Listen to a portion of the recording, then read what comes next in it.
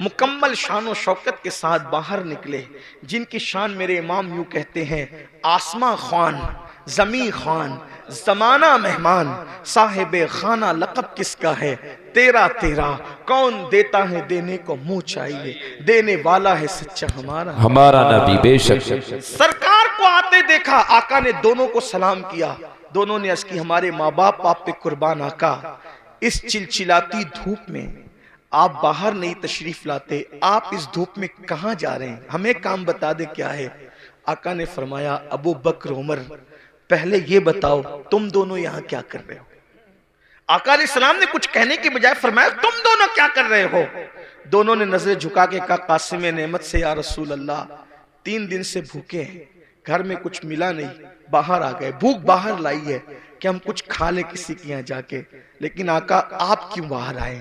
سرکار نے فرمایا: تمہارے گھر میں 3 دن سے چولہا نہیں جلا، لیکن اس وقت میرے گھر میں مہینہ بھر ہو گیا، مہینے بھر سے میرے گھر میں چولہا نہیں جلا ہے، مجھے بھی بھوک کی شدت نے بےتاب کیا، میں نے سوچا کسی کے گھر جا کر اس کو نوازا جائے اور اس کے گھر جا کے کچھ کھایا جائے۔ صحابہ رونے لگے۔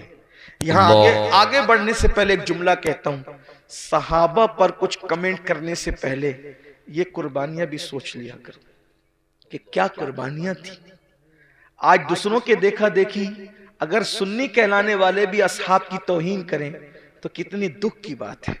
جو لوگ مسجد کا چندہ بھی نوٹ دیکھ کر دیتے ہوں ہفتے میں 1 دن اور امام کو اپنا غلام سمجھتے ہوں، وہ لوگ کمنٹ کریں گے ان صحابہ پر جنہوں نے اس طرح کی قربانیاں دیے، بھوکے رہ کر اللہ کے دین کی خدمت کی۔ کبھی سوچا، کبھی غور کیا؟ ہم سے تو 10 کی نوٹ بھی نکلتی ہے تو دیکھ کے نکلتی ہے، بلکہ بعض ظالم تو ایسے ہیں جہاں نوٹ کہیں نہیں چلتی، وہ مسجدوں میں اور مدرسوں میں چندہ دے کر لوگ چلاتے ہیں۔ یہ حالات ہیں، ہنسنے کی بات نہیں ہے، یہ بہت دکھ کی بات ہے۔ اور وہ لوگ کن پہ کمنٹ کر رہے ہیں؟ جنہوں نے پوری دولت داؤ پہ لگا، پوری دولت قربان کر دی۔